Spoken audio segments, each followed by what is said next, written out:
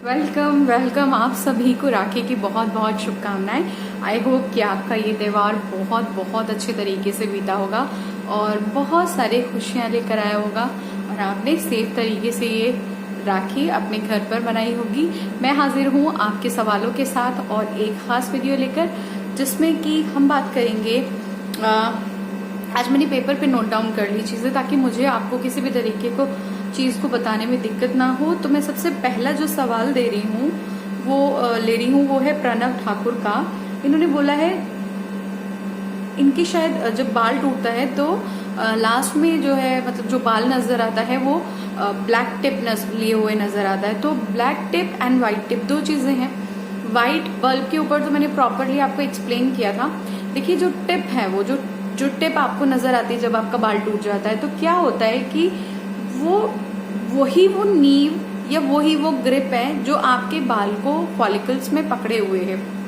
जैसे ही वहां पर डेंड्रफ जमा हो जाता है तो जब बाल टूटता है तो वो वाइट नजर आता है। और इसी तरीके से जब हमारा डेंड्रफ नहीं होता है और बाल टूटता है तो वो फॉलिकल जो है वो ब्लैक कलर का नजर आता है। ठीक है, तो वाइट और ये टूटता क्यों है, मतलब जब वो बल्ब नजर आता है तो उसका मतलब है कि बल्ब जो है हेयर जो है वो आपका पूरा जड़ से निकल चुका है। और जड़ से निकलने की क्या वजह होती है कि आपके जो बाल हैं वो इस समय टेलोजन के फेज में है। टेलोजन मतलब रेस्टिंग पीरियड। बालों ने अब आराम करने का सोच लिया है, वो रेस्ट में आ चुके हैं। They are totally dull and किसी न किसी वजह से उन्होंने टूटने का मन बना रखा है। तो जितना व्हाइट बल्ब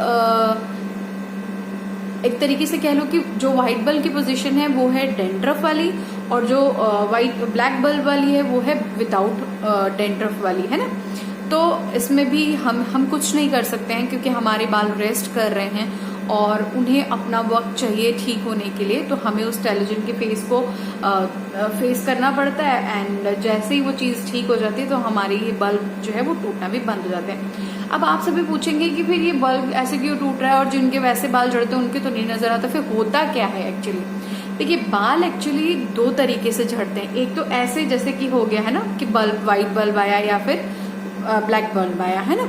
एक तरीके से ये होता है और एक तरीका हमारे बालों का ये होता है कि बालों का एक टाइम खत्म हो चुका होता है। मतलब बालों की तो एक एज होती है ना, ऐसा नहीं है कि बाल हमेशा एक जैसा जो है हमारे बालों का जो भी पैटर्न है वो बना रहता है कि मतलब मेरा एक बाल उग गया तो लंबा ही लंबा चलता रहेगा, ऐसा नहीं होता है। बाल झड़ते रहते हैं अपनी उम्र के अनुसार, वो उनका समापन उनकी लाइफ खत्म होती रहती है। तो जैसे ही हमारा बाल खत्म हो जाता है तो वो फौरन झड़ जाता है। तो दो इस तरीके से हमारे बाल टूटते हैं और भी बहुत सारे मल्टीपल रीजन होते हैं, लेकिन दो मेजर कारण अगर आप समझना चाहें, दो बड़े कारण, तो एक तो उसकी लाइफ खत्म हो गई और दूसरा वो किसी भी वजह से झड़ता है जिसमें कमजोर हो चुका होता है, शरीर में कोई रोग लग चुका होता है या शरीर में कोई और तरीके की परेशानी आपको होने लग जाती है। तो ये सारी वजह है कि बाल जो है व्हाइट बल्ब के साथ, ब्लैक बल्ब के साथ या बिना किसी बल्ब के आपको टूटा हुआ नजर आता है। नेक्स्ट सवाल है हमारे पास, प्रणव ठाकुर का हो गया सवाल। फिर हमसे पूछती हैं आमिरा खान, आपके कितने बाल निकलते थे टीई में और अभी कितने निकलते हैं? तो मुझे भी ठीक से तो याद नहीं है, लेकिन मैं बताऊं बहुत निकलते थे। और बहुत सारे लोग ये क्वेश्चन पूछते हैं कि मेरे बाल जिस दिन मैं धोती हूँ, जिस दिन मैं ऑयलिंग करती हूँ, उस दिन बहुत ज्यादा निकलते। तो ऐसा मेरे साथ भी होता था। इनफेक्ट बाल लंबे थे तो बाल जब धुल जाते थे तो मैं फौरन उनको मतलब मेरा ऑफिस मॉर्निंग का था तो मैं उनको बस ऐसे लपेट के जल्दी से चली जाती थी, क्योंकि मैं हेयर ड्राई तो करती नहीं थी। डर और लगता था कि कहीं और ड्राई करने से खराब हो जाए और ये सब, तो मैं लपाट के चली जाती थी। फिर क्या होता था, जैसे कि आप होते ना, आप रूटीन में ही घर पे भी होते हो तो ऐसा करते हो ना, बराबर ऐसे बालों को लेके ऐसे करते रहते हो, ऐसे। तो वो मैं ऐसे करती थी ना, मेरे बाल गुच्छे निकलते थे। मतलब यार वो ना बहुत ज्यादा थे। मतलब मैं आप लोगों को डराना नहीं चाहती, लेकिन वो 100-200 इतने ज्यादा थे। ऑयलिंग करना, कंघी करना, शैम्पू करने के बाद कंघी करना, मतलब ये चीजें ना इतनी ज्यादा प्रॉब्लमेटिक हो चुकी थी मेरे लिए कि मुझे बहुत डर लगता था। मुझे लगता था मतलब मैं क्या करूं, मतलब कैसे ठीक होगा। लेकिन फिर जब बाल ठीक हो जाते हैं, जब आप टी के फेज से निकल जाते हैं, तो बाल टूटना बंद हो जाते हैं। जनरली एक व्यक्ति के जैसे बाल निकलते हैं, जैसे मान लीजिए कि मैंने कंघी करी तो 10 से 15 बाल निकलते हैं, 20 से 30 बाल निकलते हैं, इससे ज्यादा नहीं। लेंथ के ऊपर भी तो डिपेंड करता है ना, जैसे किसी की लेंथ बहुत है तो अब जैसे वो उसके बाल निकलेंगे तो वो एक लंबा सा बाल दिखेगा, है ना। अब वो सोचोगे ओए मेरे तो इतने सारे गुट्ठे गुट्ठे निकल गए, ऐसा नहीं होता है, थोड़ा लेंथ के ऊपर भी डिपेंड करता है। पर आपको परेशान नहीं होना है ना, हम अगर परेशान हो गए तो फिर हमारी प्रॉब्लम को कोई हल नहीं निकलने वाला है। फिर यशिका सिंह, हाँ, can be feeling itchy scalp new hair आने पर रिकवर साइन बताएं। रिकवर साइन मैंने बताया सडन चेंज होता है, एकदम सडन रुक जाता है। मेरे केस में ऐसा हुआ है, लेकिन बहुत सारे हमारे जो फॉलोअर्स हैं, फॉलोअर्स भी नहीं, मैं आपको फ्रेंड बुलाना ज्यादा अच्छा समझती हूँ, तो जो हमारे फ्रेंड्स हैं कम्युनिटी के, उन्होंने बताया है कि उन लोगों को प्रोसेस जो है वो स्लो हुआ है हेयर फॉल का, ठीक है। तो ईची स्कैल्प के ऊपर मैं अभी एक लंबी बात करने वाली हूँ, तो इसलिए नहीं पूरा बता रही। सोनल मल्होत्रा लिखते हैं मुझे हाथ लगाने से बाल निकल रहे हैं, कब स्टॉप होगा? बाल हाथ लगाने से निकल रहे हैं यार, ये टी की प्रॉब्लम ही ऐसी है कि मतलब छू लो तो गुच्छे ही गुच्छे आ जाते हैं, गुच्छे ही गुच्छे, वो ऐसी प्रॉब्लम होती है। तो परेशान नहीं होना है सोनल, डाइट पे फोकस रखिए, खुश रहिए, और अभी तो बड़े त्योहारों का सीजन आ रहा है, मस्त रहिए, परेशान होने की जरूरत नहीं है।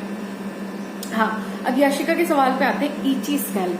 बहुत ज्यादा ये प्रॉब्लम मुझसे बहुत लोगों ने पूछी है कि ईची स्कैल्प की प्रॉब्लम होती है। अच्छा, ईची स्कैल्प क्या है? हो तो गई, अब वो हो रही है, अब कहीं आप बैठे हुए हो, किसी के सामने हो, वहां बैठ के खुजा नहीं सकते ना आप, वो बड़ा एम्बैरेसिंग लगता है कि भाई कैसे। लेकिन ऐसा नहीं कि आपके कोई मतलब वो है, लेकिन शर्मिंदगी लगती है कि यार क्या हम बैठ के खुजा रहे हैं, ऐसे खुजली खुजली खुजली करी जा रहे हैं, और वो इतनी ज्यादा होती है कि बिना खुजलाए ना मतलब राहत भी नहीं मिल सकती है। तो सबसे पहले मैं आपको बताऊं कि ईची स्कैल्प के बारे में, मतलब ईची जो स्कैल्प है ना, उसके बारे में हमें समझना होगा कि ईची स्कैल्प होती क्यों है। ईची स्कैल्प की प्रॉब्लम बहुत सारे कारणों से होती है, बेसिकली इसमें आपको खुजली होती है, ठीक। अब किन किन वजहों से हो सकती है? अगर आपके सिर पर जुएं हो जाए, ठीक, तो ईची स्कैल्प हो सकती है। अगर डेंड्रफ बहुत ज्यादा हो जाए तो ईची स्कैल्प हो सकती है।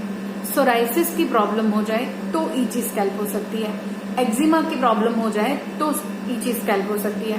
क्या होता है, आपको इतनी खुजली होती है, आप कंट्रोल नहीं कर पाते हो, और ईची स्कैल्प होती रहती है, समझ नहीं आता कि क्यों हो रही है, ठीक। अच्छा, एक चीज और है कि नर्व से जुड़ी अगर प्रॉब्लम हो जाए ना तो भी ईची स्कैल्प की प्रॉब्लम होती है। लेकिन अगर मैंने आपसे कहा कि अगर डेंड्रफ हो रखा हो, अगर आपको एक्जिमा हो, सोराइसिस हो, और अगर आपको नर्व से रिलेटेड कोई प्रॉब्लम हो तो भी ऐसा हो जाता है। प्लस टेलीविजन में भी ऐसा होता है। अब आपको क्या करना है? आपको करना ये है, अगर आपको एक्सट्रीम खुजली हो रही है और आपको समझ नहीं आ रहा है, आपके आउट ऑफ कंट्रोल है चीजें, तो आप डॉक्टर से कंसल्ट कीजिए, डर्मेटोलॉजिस्ट के पास जाइए। सबसे पहली बात डॉक्टर आपसे पूछेंगे कि आपको क्या हुआ है, तो आप उन्हें डे 1 से लेके, जब से ही प्रॉब्लम शुरू हुई हो उससे लेके अब तक की सारी चीजें बताइए। कोई चीज आपको छुपानी नहीं है। पीछे की हिस्ट्री, अगर आपको डायबिटीज है वो बताइए, कोई बीमारी हुई थी वो बताइए, डेंगू हुआ था वो बताइए, टाइफाइड हुआ था वो बताइए, या फिर आपको हाई ब्लड प्रेशर रहता है वो बताइए, आपको किसी पर्टिकुलर दवा से एलर्जी है ये भी आपको अपने डॉक्टर को जरूर जरूर जरूर बतानी चाहिए। डॉक्टर से शर्म करके आप अपने इलाज में कटौती करेंगे, इसके अलावा कुछ नहीं। तो इस बेसिक बात को आपको अपने जहन में बिठा लेना है, ठीक। दूसरी चीज वो क्या करते हैं, आपकी स्कैल्प को टच करके देखते हैं। टच मतलब कि एग्जामिन करवाएंगे, बाल को निकाल के देखेंगे कि कहीं कुछ पैच तो नहीं बन रहे हैं, कहीं कोई रेडनेस तो नहीं है ना। इस तरीके से वो मैनुअली एग्जामिन करते हैं। फिर एक कंडीशन भी होती है कि जिसमें वो माइक्रोस्कोप के थ्रू चेक करके देखते हैं कि कहीं कोई और चीज तो नहीं स्कैल्प पे बन रही है, कोई स्किन इरिटेशन तो नहीं क्रिएट हो रही है, तो उसके लिए वो हेल्प करते हैं। और अगर इन सब चीजों से उनको समझ में आ जाता है तो वो आपको ट्रीटमेंट शुरू कर देते हैं, और एक अच्छी डाइट और जो भी लोशन बताना चाहते हैं या ऑयलिंग बताना चाहते हैं या शैम्पू बताना चाहते हैं वो आपको बता देते हैं। ज्यादातर डॉक्टर इसमें आपको माइल्ड शैम्पू लगाने की सलाह देते हैं जो कि केमिकल फ्री होना चाहिए, ठीक। अब आप मुझसे माइल्ड शैम्पू के बारे में पूछते हैं तो मुझे बहुत ज्यादा नहीं मालूम माइल्ड शैम्पू के बारे में, इसलिए मैं जॉनसन्स बेबी के या फिर बच्चों के लिए जो शैम्पू इस्तेमाल होता है उनको सजेस्ट करना चाहूंगी। फिर अगर डॉक्टर को नहीं समझ में आ रहा है या नहीं एग्जामिन हो पा रहा है कि एक्चुअली आपकी प्रॉब्लम है कहाँ, तो वो आपसे बोलते हैं कि आप एक टेस्ट करा लीजिए। उस टेस्ट में क्या होता है कि आपके कुछ टिश्यूज ले लिए जाते हैं और फिर उनका एग्जामिनेशन किया जाता है। उस एग्जामिनेशन के आधार पर ये चेक होता है कि एक्चुअली आपको क्या प्रॉब्लम है, और फिर उस रिजल्ट आने के बाद जो भी रिपोर्ट आती है, देन डॉक्टर आपको डिसाइड करता है कि आपको कौन सी दवा लेनी है या कौन सी दवा नहीं लेनी है। बट इन सब पोजिशन का फर्स्ट फंडा ये है कि आपने डॉक्टर को सच सच बताना है। शराब पीते हो वो बताओ, सिगरेट पीते हो वो बताओ, ड्रग्स लेते हो या कुछ भी इस तरीके का जो भी, मतलब अब है तो है, अब आपको ये बोलना पड़ेगा उनसे, ठीक है। इसमें हिचकिचाने की किसी को कोई जरूरत नहीं, उनसे साफ साफ बात कीजिए, ठीक। और ये जो इरिटेशन की प्रॉब्लम होती है ना, वो उन लोगों को थोड़ी ज्यादा होती है जो कि हेड कवर कर रखे रखते हैं, चाहे वो टर्बन पहनते हो, चाहे वो साफा पहनते हो, चाहे वो कोई और तरीके की कैप लगाते हो, उन लोगों को भी कभी कभी बहुत ज्यादा हो जाती है। और वो इसलिए भी हो जाती है क्योंकि भाई पूरा टाइम हेड कवर रहता है, गीले बाल बांध लिए जाते हैं या बाल गीले रह जाते हैं, वो ठीक से सूख नहीं पाते, तो नमी बन रहती है, मॉइस्चर जो है वो डैंड्रफ के साथ मिक्स होके इरिटेशन क्रिएट करना शुरू कर देता है। तो इतनी सारी चीजें जब आपके साथ होती हैं तब जाके जो है पता चल पाता है कि ईची स्कैल्प क्यों है। लेकिन अगर आपको टेलोजन की वजह से ईची स्कैल्प की प्रॉब्लम है तो आपको अपने बालों को ठीक से साफ करना है। अपने बालों में देखिए, जिनके बड़े बाल हैं मैं कहती हूँ उनको 3 बार शैम्पू लगाना चाहिए, जिनके थोड़े से मीडियम साइज के बाल हैं उनको 2 बार, और जिनकी नॉर्मल लेंथ इतनी है, ये इतनी है, उनको 1 बार शैम्पू लगा के अच्छे से पानी से धोना चाहिए। और अगर आपने कोई DIY लगाया तो पूरी ये कोशिश रखनी चाहिए कि हमारे बालों से पूरे अच्छे तरीके से जो शैम्पू है वो निकल जाए और किसी भी तरीके का कोई भी दिक्कत हमें नहीं हो कि ईची स्कैल्प हो जाए। टेलोजन के फेज में ईची स्कैल्प की प्रॉब्लम हो सकती है, कोई बड़ा इशू नहीं है। आपको सिर्फ इतनी चीज अपने जहन में रखनी है कि आपको अपने बालों को गंदा नहीं रहने देना है और ना ही लंबे टाइम तक तेल लगाकर रखना है। जो लोग लंबे टाइम तक तेल लगाकर रखते हैं उनको भी कभी कभी ईची स्कैल्प की प्रॉब्लम हो जाती है। तो इन सारी बातों का ध्यान रखना है और रक्षाबंधन अच्छे से मनाना है और क्या करना है, खुश रहना है, ठीक।